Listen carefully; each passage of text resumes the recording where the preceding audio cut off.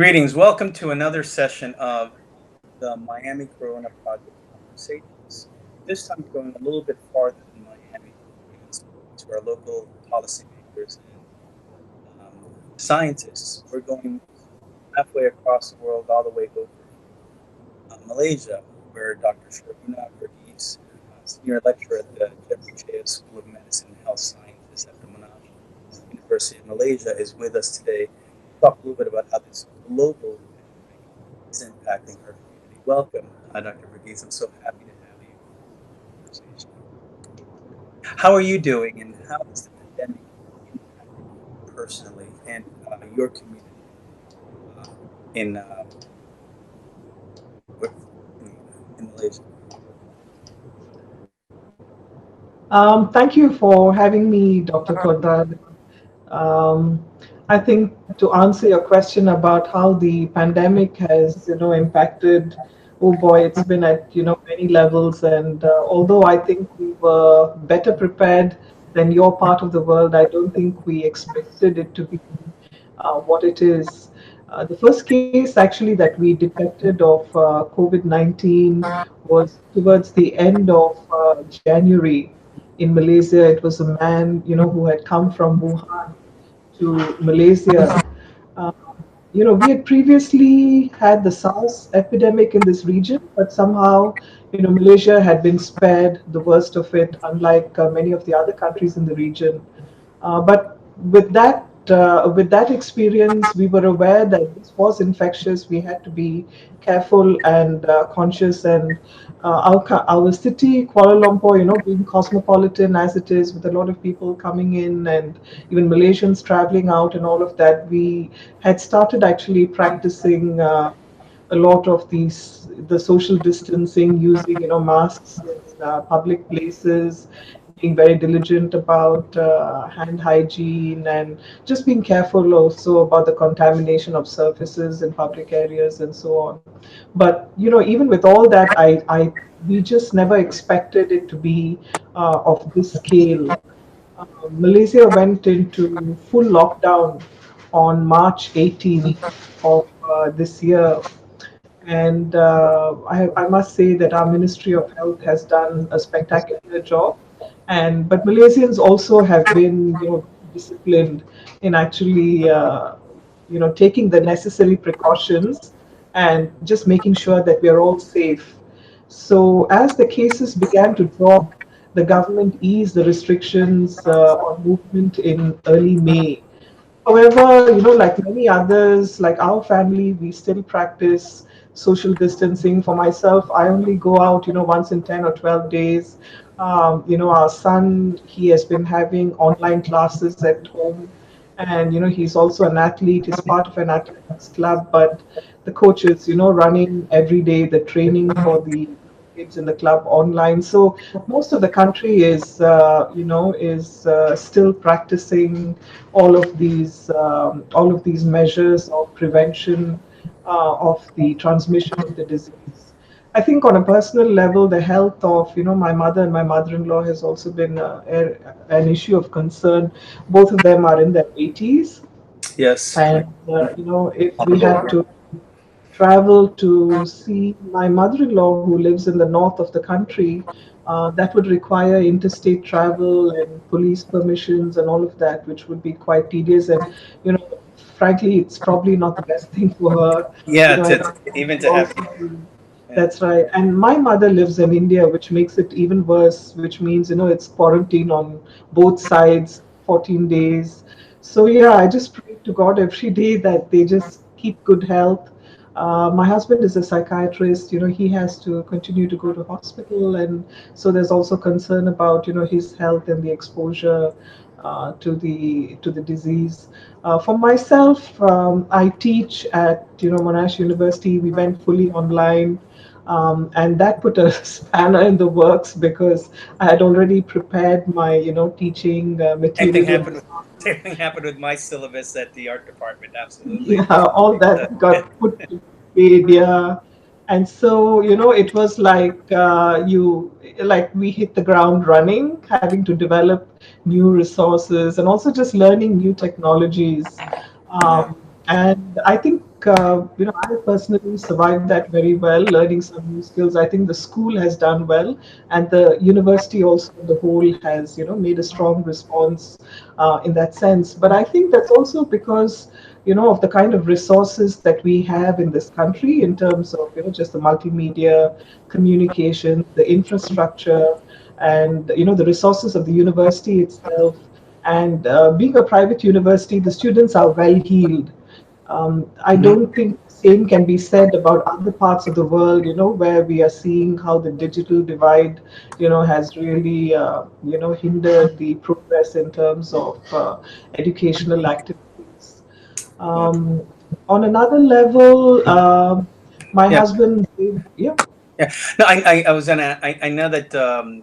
So that clearly the students that have access to digital, the individuals that can access services without having to go outside are in a better place. I know that you've actually co-founded nonprofit organizations that work with refugees in the area of mental health. And that's right. just in our communications by email, you had explained to me how the COVID outbreak and lockdown had been very, very difficult for them.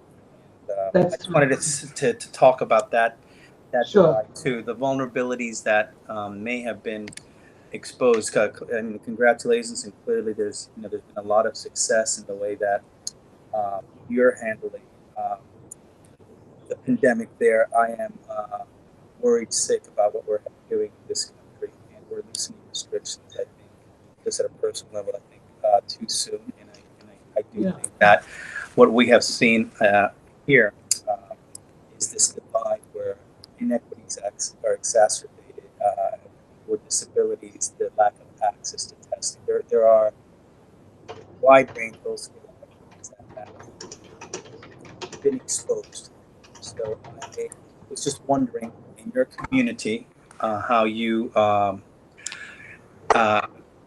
working with a nonprofit, how it is that this pandemic has demonstrated the vulnerabilities with individuals, particularly those with mental health issues, and with refugees in the Yeah, that's a very good question. I think we are seeing a lot of parallels with what is happening in other parts of the world, where those who are disadvantaged and disenfranchised are bearing the brunt of this epidemic, more than others. And in Malaysia itself, the impact has been mixed. I think on the whole, definitely we see those who are in the low income group, those who are wage earners working in the informal sector, they have been very badly affected by this in general. There's also a lot of anxiety because in areas where we had a total lockdown, and they were also marked off as red zones because there were a high number of people in that area who had, tested positive for COVID. They couldn't go out, and then they were also not getting enough supplies for their day-to-day needs. So, in general, it has been quite tough. But I think, it has been particularly tough on the migrant communities in at two levels, probably even more than that. The government actually rolled out some financial assistance for Malaysian citizens who are in the low income group. But foreign migrant communities were not included in this assistance that was provided by them. And in fact, at the start of the outbreak, the Ministry of Health had actually assured them that there would not be any arrests, and that they should not be afraid to come forward for testing.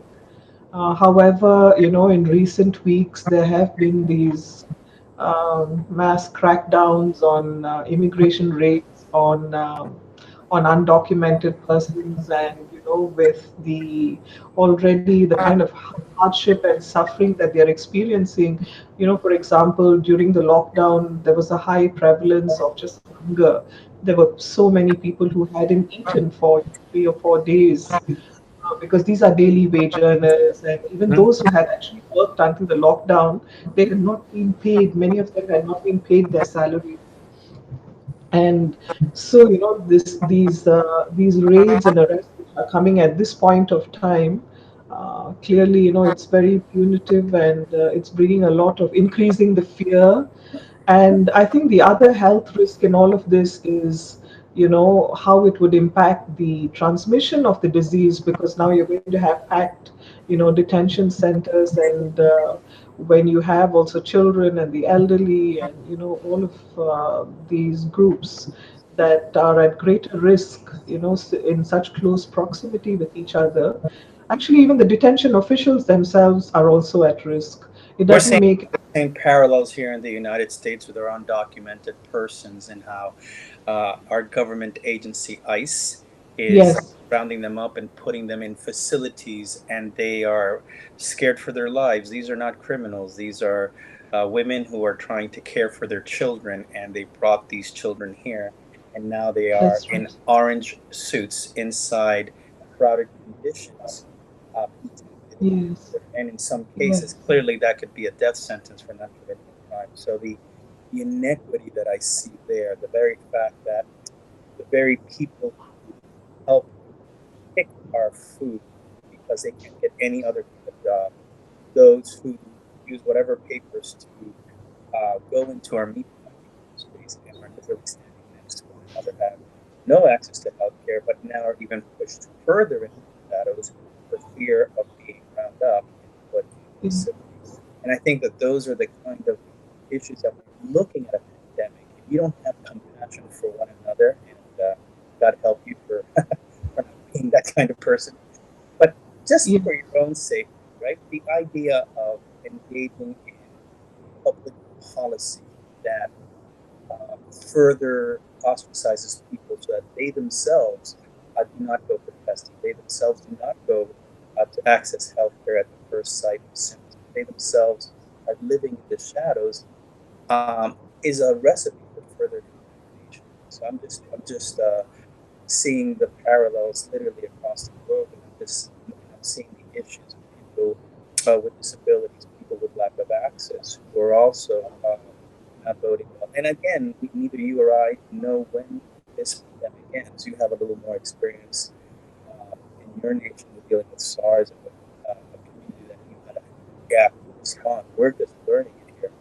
But globally, I don't know how long this will happen. I don't know if this vaccine, if this virus mutates. I don't know if these sudden fires. We still don't know uh, what will happen. I'm just wondering.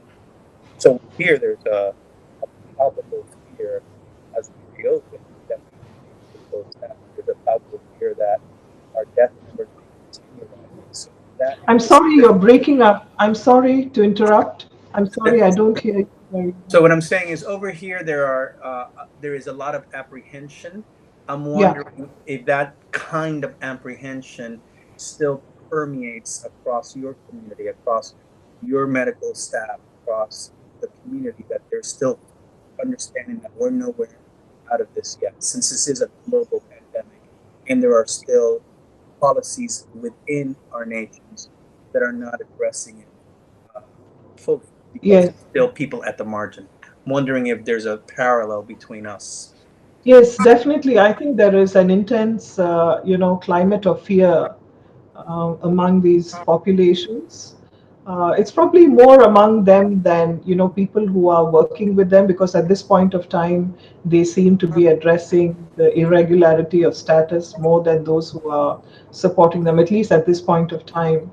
But I think part of this is also coming from the widespread xenophobic speech and hate speech, actually, and the kind of hostility that is being expressed against these minorities, over social media. And it's kind of unhinged, and they, instead of taking some kind of policy measure or some kind of enforcement measure, to stop that kind of speech, there are actually the response of the state seems to be to heighten these raids against this population. So yes, there is a lot of fear, and it may start with a minority tomorrow, but I think if we look across the country, and we are following actually the politics in the US very closely for the past few years, but I think we I'm see a so lot of, sorry. but there are a lot of parallels all over, and I Absolutely, think absolutely. the Over the the world. deficit of trust, that we see, the deficit of trust in terms of the government, in terms of health systems, and just one community versus another community, and it's on such trivial, irrelevant factors such as race and religion and political beliefs and opinions.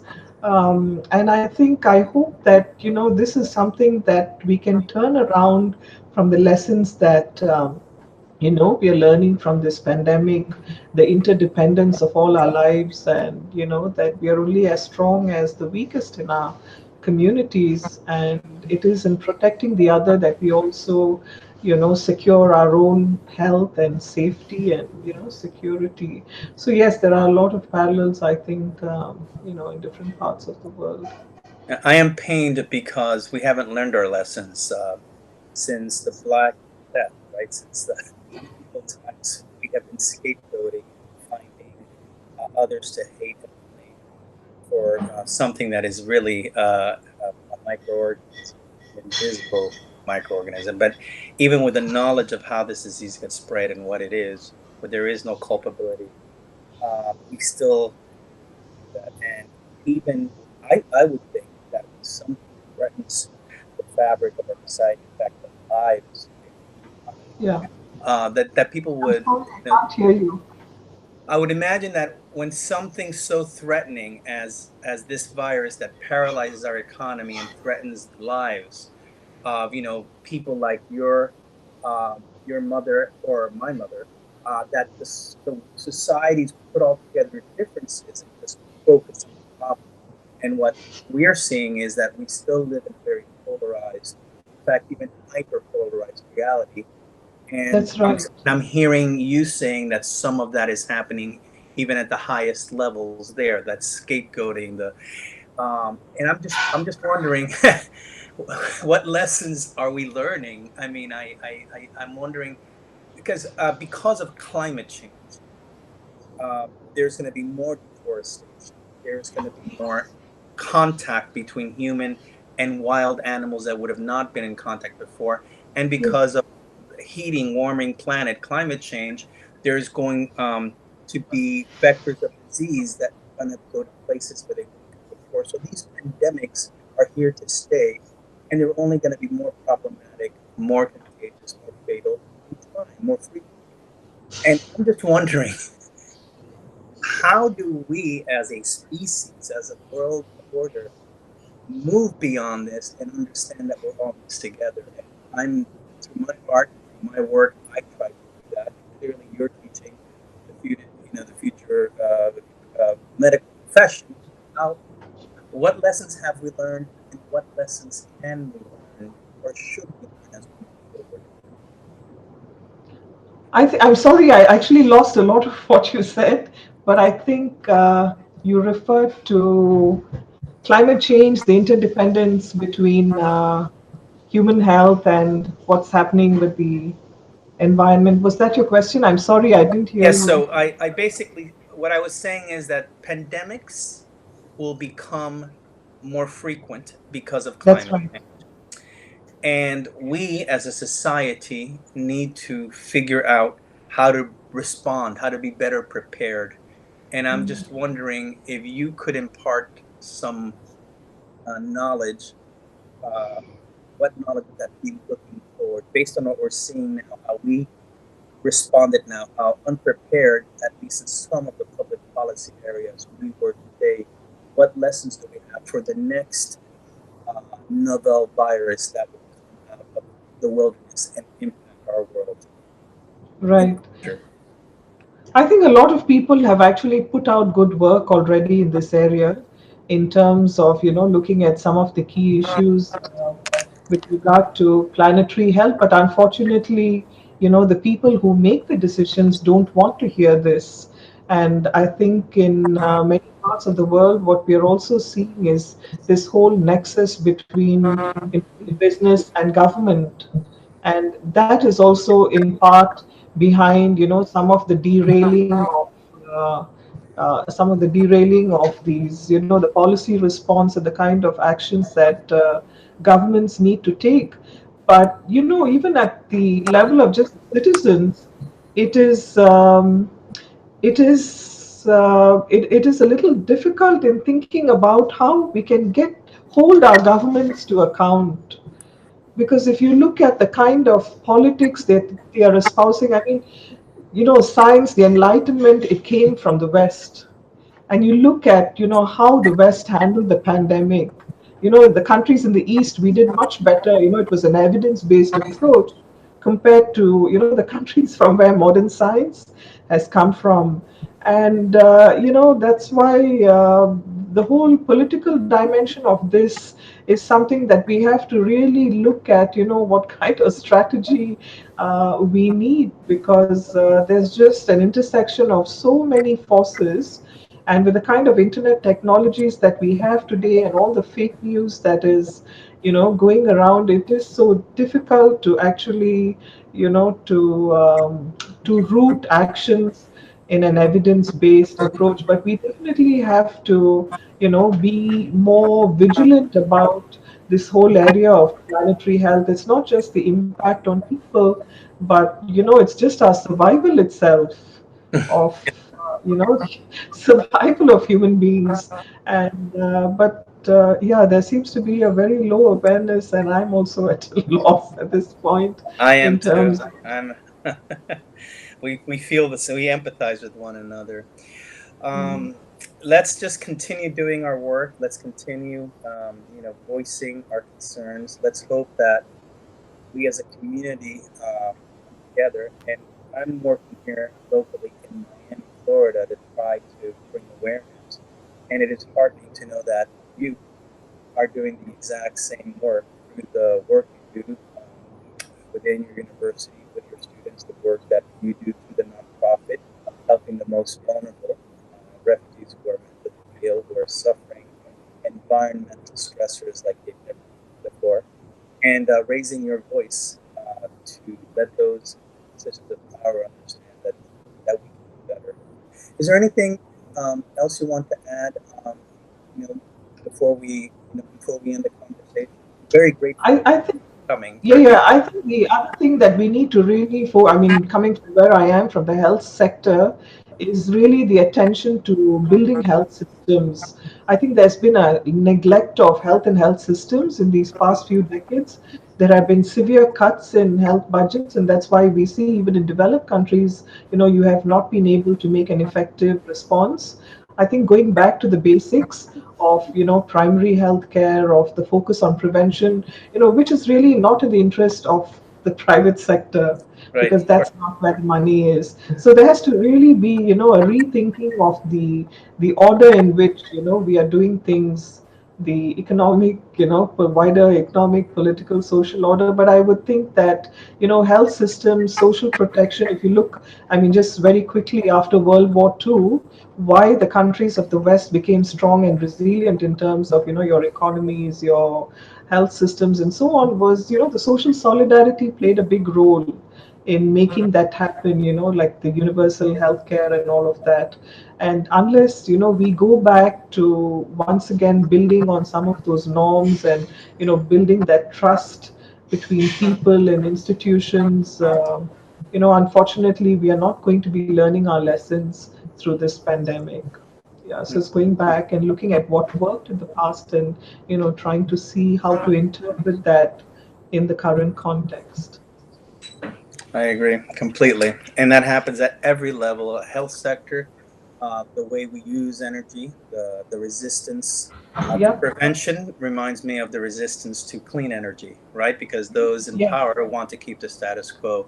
My hope is that this pandemic opens the eyes of the constituents who demand more from their elected leaders, and I think having individuals like you help shine the light and share the knowledge helps change some of those minds so that when they act at the ballot box, we can actually effectuate some change. So thank you so much for everything you do. And please stay safe, stay healthy, and I can't wait to hear back from you in an email letting me know that you got to hug your mom Thank you, and the Dr. rest of Cortada. your family. Yeah, Yeah, nice to hear from you too. Thank you. yeah, Bye-bye. yeah. Bye. Bye.